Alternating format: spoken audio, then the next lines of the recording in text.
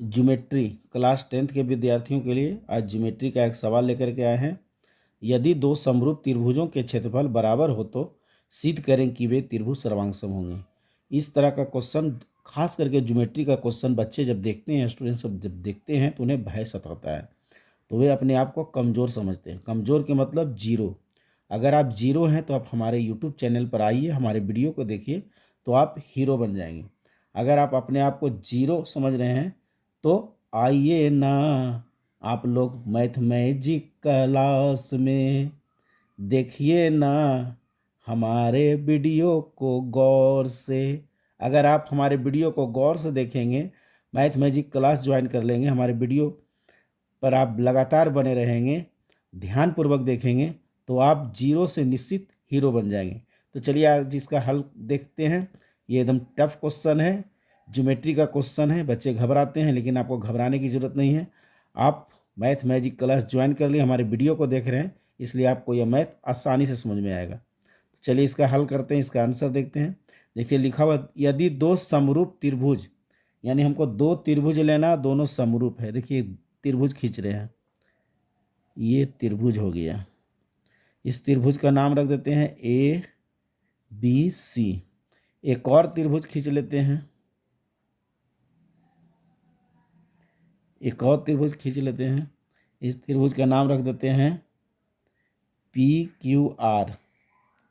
दो त्रिभुज हो गया, ए बी सी और पी क्यू आर। तो देखिए क्या दिया हुआ है। अब त्रिभुज तो हम खींच लिए, अब देखिए दिया है, यहाँ लिख देंगे दिया है। अब क्या दिया है भाई, देख लेते हैं। दिया है, यदि दो समरूप त्रिभुजों के क्षेत्रफल बराबर हो, यानी दोनों समरूप त्रिभुज का क्षेत्रफल बराबर है, यानी एरिया, क्षेत्रफल का मतलब क्या होता है, एरिया। त्रिभुज ए बी सी बराबर एरिया त्रिभुज पी क्यू आर। ये दो त्रिभुज हो गया, एरिया त्रिभुज ए बी सी बराबर एरिया त्रिभुज पी क्यू आर, दोनों बराबर है। यदि दो समरूप और त्रिभुज भी समरूप है, तो यहाँ दिया हुआ है त्रिभुज ए बी सी समरूप। देखिए समरूप का निशान देखिए, इस तरह होता है, इस तरह से इसे समरूप होता है। तो त्रिभुज ए बी सी समरूप त्रिभुज पी क्यू आर।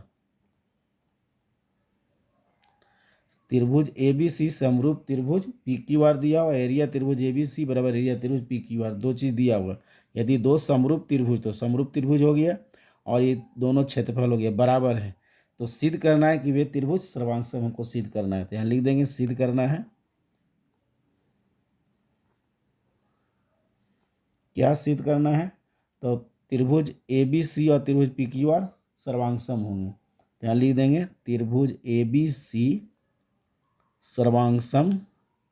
इसको देखिए, इस चिन्ह को सर्वांगसम बोला जाता है, इस तरह से रहता है तो इसको सर्वांगसम बोला जाता है। त्रिभुज ए बी सी सर्वांगसम त्रिभुज पी क्यू आर, यही हमको सिद्ध करना है। त्रिभुज ए बी सी सर्वांगसम त्रिभुज पी क्यू आर। अब देखिए हम इसका प्रूफ करेंगे, जो सिद्ध करना उसको प्रूफ करेंगे। तो यहाँ प्रूफ लिखने के बाद डैश देंगे।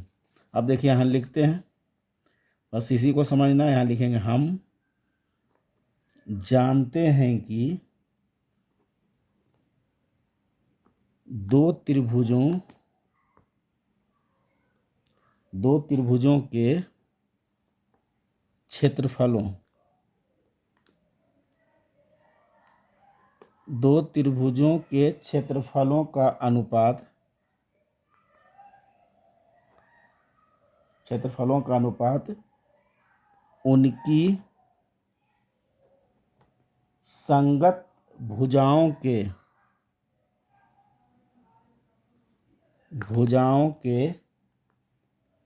वर्गों के,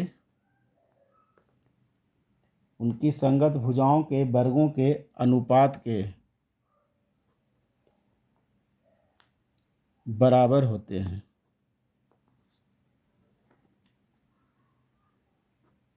बराबर होते हैं।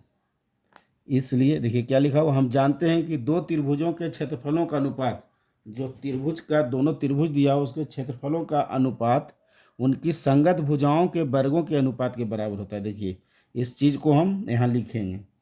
तो पहले दो त्रिभुजों के क्षेत्रफलों का अनुपात है, तो यहाँ लिख देंगे इसलिए त्रिभुज, एरिया त्रिभुज लिख देंगे, इसलिए एरिया ए आर से एरिया हो गया, एरिया त्रिभुज ए बी सी बटा, अनुपात का मतलब होता है बटा, एरिया त्रिभुज पी क्यू आर बराबर। अब देखिए इसकी हम जानते हैं दो त्रिभुजों के क्षेत्रफलों का अनुपात हो गया बराबर उनकी संगत भुजाओं का। देखिए भुजा कौन कौन हो गया, ए बी और पी क्यू, यहाँ लिख देंगे वर्गों का है तो ए बी स्क्वायर बटा पी क्यू स्क्वायर बराबर हो जाएगा। ए बी हो गया तो इधर पी क्यू हो गया, अब देखिए बी सी हो जाएगा तो इधर क्यू आर हो जाएगा बराबर बी सी स्क्वायर बटा क्यू लिखा हुआ क्यू आर स्क्वायर बराबर, अगर ए सी है तो इधर पी आर हो जाएगा, ए सी स्क्वायर बटा पी आर स्क्वायर,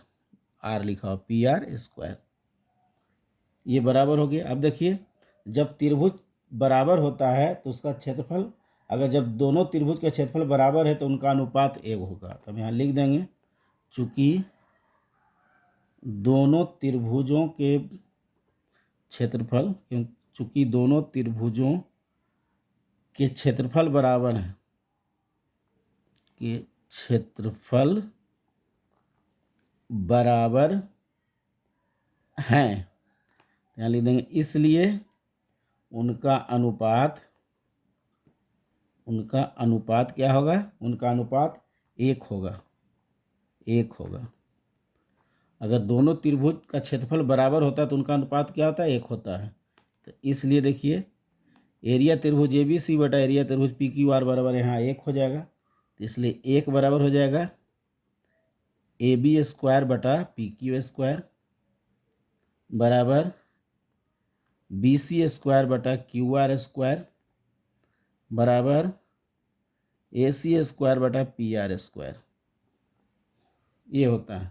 अब देखिए यहाँ क्या हो जाएगा, इसलिए अब देखिए अलग अलग करके लेंगे। अगर एक बराबर, पहले इसको ले लेते, इसको इसके साथ ले लेते, इसको इसके साथ, फिर इसको इसके साथ। अगर एक बराबर ए बी स्क्वायर बटा पी क्यू स्क्वायर है तो क्या हो जाएगा, एक बराबर ए बी स्क्वायर बटा पी क्यू स्क्वायर, तो तिरछा अगर गुना करेंगे तो ए बी स्क्वायर बराबर क्या हो जाएगा, ए बी स्क्वायर बराबर पी क्यू स्क्वायर। फिर उसी तरह लिख देंगे, इसलिए वन बराबर, अब क्या चाहिए है अगला, बी सी स्क्वायर बटा क्यू आर स्क्वायर है। फिर उसी तरह से हो जाएगा तिरछा गुना में, तो क्या हो जाएगा बी सी स्क्वायर बराबर क्यू आर स्क्वायर। फिर है एक बराबर, अबर है ए सी स्क्वायर बटा पी आर स्क्वायर, तिरछा गुना कर देंगे तो ए सी स्क्वायर बराबर पी आर स्क्वायर आ गया। तो हम इससे हमको क्या प्राप्त हुआ, तो यहाँ लिख देंगे हम, इससे हमें प्राप्त होता है। देखिए क्या प्राप्त होता है, तो प्राप्त ये हुआ, पहला प्राप्त हुआ कि ए बी स्क्वायर बराबर हुआ पी क्यू स्क्वायर। दूसरा चीज़ क्या प्राप्त हुआ, बी सी स्क्वायर बराबर क्यू आर स्क्वायर। तीसरा चीज़ क्या प्राप्त हुआ, ए सी स्क्वायर बराबर पी आर स्क्वायर। ये तीनों चीज़ प्राप्त हुआ, A C square P R square, B C square Q R square और A B square P Q square प्राप्त हो गया। तो देखिए सब भुजा बराबर है, संगत भुजा दोनों का बराबर है, तो भुजा जब तीनों बराबर होता है तो लिखाता है एस एस एस से। क्या लिखाता है, एस एस एस से, क्योंकि एस के मतलब होता है साइड, एस के मतलब साइड, एस के मतलब साइड।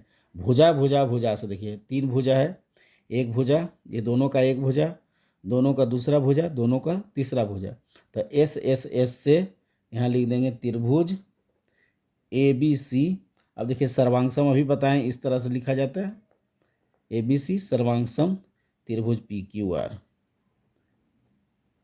यही तो प्रूव्ड करना था, ये प्रूव्ड हो गया।